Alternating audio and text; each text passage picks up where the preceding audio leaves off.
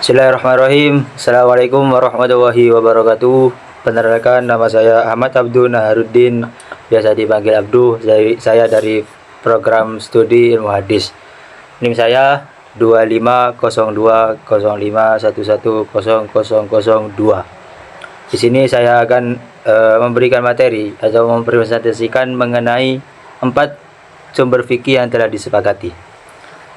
Yang masyhur, yang pertama ada Al-Quran, yang kedua ada hadis, yang ketiga ada ijma, dan yang keempat ada qiyas. Di sini yang pertama yaitu Al-Quran.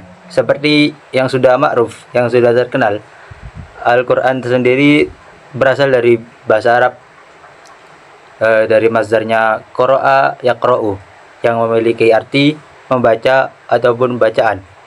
Dan secara istilah, Al-Quran sendiri memiliki arti, yaitu wahyu yang diturunkan dengan lafaz bahasa Arab dan maknanya dari Allah Subhanahu wa taala, dan yang disampaikan kepada Nabi Muhammad SAW. Dan Al-Quran sendiri merupakan sumber utama bagi syariat. Lalu kedudukan Al-Quran sebagai sumber hukum Islam pun cukup jelas, walaupun ketika kita menentukan dalil dari Al-Quran itu sendiri tetap dibutuhkan tambahan, bisa jadi dari hadis ataupun ijma dan lain sebagainya.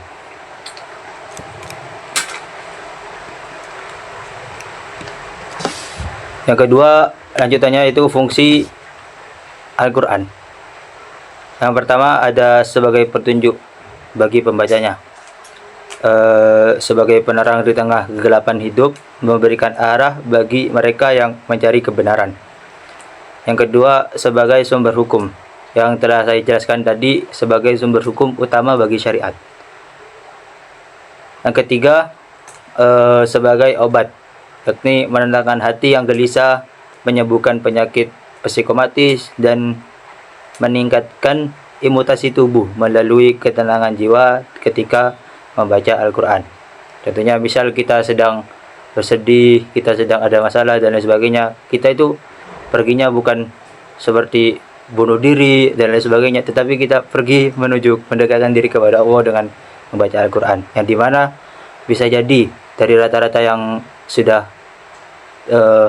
dilakukan oleh para aulia, para kekasih-kekasih Allah itu, mereka ketika membaca bisa jadi itu ayat yang dibaca itu sesuai dengan apa masalah kita ketika itu. Yang ketiga, yang keempat selanjutnya, kebenaran mutlak. Al-Quran sebagai kebenaran yang membenarkan kitab-kitab yang sebelumnya. Kitab-kitab sebelumnya itu ada seperti Taurat, Zabur, Injil, dan Al-Quran ini sebagai itu penguat bagi kitab-kitab tersebut. Yang kelima, ada pemberi kabar gembira. Allah Subhanahu wa taala memberikan kabar gembira kepada orang yang beriman dan beramal soleh bahwa akan ada balasan yang setimpal. Dalam ayat-ayat ini pun banyak yang menjelaskan dari Al-Quran. Yang lalu selanjutnya, yang keenam, sebagai peringatan. Sebagai peringatan bagi siapa? Bagi manusia, agar tidak tersesat dari jalan yang benar, dan mengingatkan manusia akan konsekuensi dari perbuatan mereka. Jadi ketika kita melakukan kesalahan di dunia, di Al-Quran itu sudah diterangkan, sudah diberi dalil, diberi balasan, apa yang balasan dari mereka yang mereka lakukan tersebut. Selanjutnya, pokok isi kandungan dari Al-Quran. Yang pertama ada mengenai tauhid, yang kedua mengenai ibadah, yang ketiga janji dan ancaman yang telah disebutkan tadi, yang keempat akhlak dan moral, yang kelima kisah-kisah atau sejarah. Yang kedua, dari 4 sumber fikih itu yang disepakati ada hadis, atau biasa kita kenal juga dengan kata sunnah.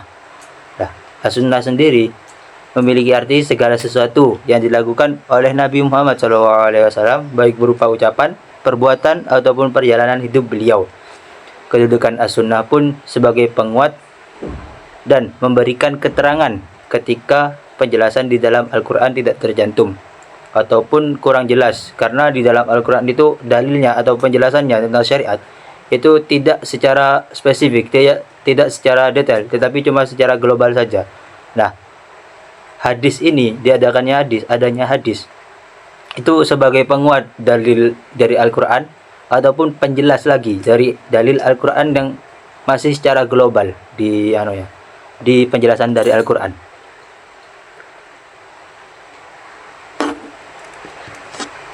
Selanjutnya fungsi-fungsi hadis terhadap Al-Qur'an. Seperti yang jelaskan tadi, ada di sini yang pertama ada bayan at-takrir, yaitu berfungsi untuk memperkuat apa yang telah ditetapkan oleh Al-Qur'an. Contohnya seperti di Al-Qur'an itu disebutkan adanya dalil salat. Nah, dari hadis ini disebutkan bisa jadi ada tata cara salat dan lain sebagainya, banyak lagi. Terus yang kedua bayan tafsir, yaitu berfungsi untuk memberikan rincian terhadap ayat yang masih samar atau tidak dapat diketahui. Nah, ketika di Al-Qur'an ada sebuah ayat yang belum jelas itu maknanya apa, lah di Al-Qur'an ini pasti dijelaskan oleh Nabi Muhammad SAW. Yang ketiga ada bayan at-tasyri', berfungsi untuk mengadakan suatu hukum yang tidak didapati dalam Al-Qur'an. Jadi ketika di Al-Qur'an tidak ada, pada zaman Rasulullah ada sebuah perbuatan, semisal ada seorang sahabat melakukan sebuah perbuatan, nah di mana perbuatan tersebut tidak disebutkan dalilnya di dalam syariat. Nah, lalu Rasulullah pun memberi penjelasan mengenai ayat tersebut, mengenai perbuatan tersebut, itu hukumnya gimana. Akhirnya Rasulullah langsung memberikan jawabannya dan terjadilah sebuah syariat, terjadilah sebuah hukum di situ. Terus yang keempat ada bayan an-nasakh, yang berfungsi untuk menghapus ketentuan yang telah ada karena datangnya dalil berikutnya. Semisal apa ya? Di masa Rasulullah itu khamar sebelumnya itu masih halal, tapi karena adanya ketika itu ada sebuah cerita dari Sayyidina Umar ketika beliau setelah meminum khamar, beliau itu lalu mengimami sholat. Beliau akhirnya dalam keadaan mabuk. Alhasil di situ beliau ketika membaca surat Al-Kafirun, beliau itu bulat di ayat tersebut, tidak selesai. Alhasil diadakan ayat tersebut. Yang ketiga ada ijma'. Ijma' sendiri memiliki dua pengertian. Yang pertama, ijma' berarti ketetapan hati untuk melakukan sesuatu atau memutuskan sesuatu. Yang kedua, berarti sepakat. Ijma' ini biasanya dilakukan oleh seorang mujtahid. Pengertian ijma' yang lebih jelas yaitu menetapkan suatu hukum dalam agama berdasarkan Al-Qur'an dan hadis dalam suatu perkara yang terjadi.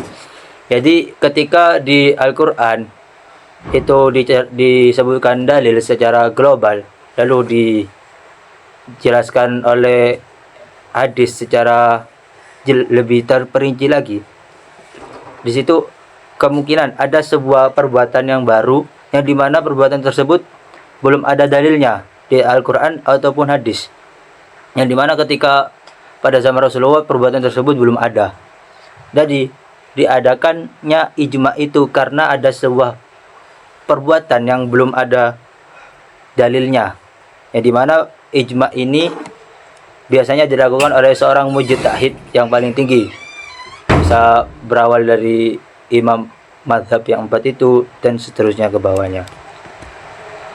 Nah, ijma' ini dibagi menjadi dua. Yang pertama ijma' sharih, yaitu kesepakatan para mujtahid yang dilakukan secara pendapat atau dari perbuatan terhadap suatu hukum perkara tertentu. Jadi ketika seorang mujtahid itu melakukan ijma', itu beliau memberikan pendapatnya masing-masing, lalu setujunya dengan memberikan suara gitu. Yang kedua ada ijma' sukuti, adalah kesepakatan ulama melalui seorang mujtahid yang sudah mengutarakan pendapat mengenai hukum suatu perkara. Nah, perbedaan ijma' sukuti ini ketika ada suatu hukum yang ditentukan, lalu ulama lain memberikan pendapatnya, ada ulama yang cuma hanya diam mengikuti pendapat dari ulama-ulama lain gitu. Jadi perbedaannya yaitu ketika penentuannya hukumnya. Nah, hukumnya ini kalau sharih itu dilakukan secara jelas, hukumnya ini gitu. Kalau sukuti cuma ada sebagian ulama yang hanya diam dengan penentuan hukum tersebut. Selanjutnya ada kias. Pengertian kias adalah menyampaikan sesuatu perkara yang belum memiliki hukum dengan perkara yang sudah tertera hukumnya berdasarkan kesamaan ilat dan kemaslahatan. Menurut Imam Al-Ghazali sendiri adalah menanggung sesuatu yang diketahui kepada sesuatu lain dalam menentukan hukum atau meniadakan hukum dari keduanya dikarenakan adanya kesamaan di antara keduanya. Kias, rukun kias ada 4. Yang pertama ada asal, yaitu kasus lama yang telah jelas hukumnya, baik di dalam nas ataupun ijma, sering disebut tempat yang dikiaskan. Yang kedua ada fara', yaitu kasus yang dicari hukumnya dengan kasus yang telah ada hukumnya. Yang ketiga ada hukum asal, hukum syara' yang ditentukan oleh nas dan dikehendaki untuk menetapkan hukum terhadap fara'. Yang keempat ada ilat, yaitu kemaslahatan yang diperhatikan. Syarat ilat inilah yang menjadi pertimbangan pada saat kias. Contohnya, di sini kias itu yang lebih ma'ruf itu ketika pada kasus narkoba. Nah, pada Al-Quran ataupun hadis disebutkan bahwa khamar itu haram karena memabukkan. Nah, contohnya dari rukun kias ini asal itu khamarnya yang diminum. Faraknya itu hukum barunya itu narkoba. Ya, hukum asal dari hukum asal dari khamar itu adalah haram. Nah, kenapa narkoba ini dianggap haram juga? Karena sama-sama memabukkan. Jadi dilihat dari segi ilatnya, dari segi kenapa sesuatu tersebut itu diharamkan. Itu. Kesimpulannya, yang pertama, Al-Quran adalah kitab suci utama dalam Islam yang berisi wahyu Allah Subhanahu wa taala dan menjadi sumber hukum pertama dan paling utama. Yang kedua ada hadis, perkataan ataupun perbuatan dan persetujuan Nabi Muhammad SAW yang menjelaskan dan memperjelas hukum dari Al-Quran. Yang ketiga ada ijma, yaitu kesepakatan para ulama atau ahli fikih pada suatu masa tertentu tentang suatu hukum dalam perkara yang tidak secara jelas disebutkan dalam Al-Quran dan hadis. Yang keempat ada kias, yaitu penetapan hukum dengan suatu perkara baru dengan menggunakan prinsip atau hukum dari perkara lain yang sudah ada hukumnya berdasarkan persamaan sebab ataupun ilat. Mungkin di sini saja yang bisa saya sampaikan. Terima kasih. Wabillahi taufiq wal hidayah. Wassalamualaikum warahmatullahi wabarakatuh.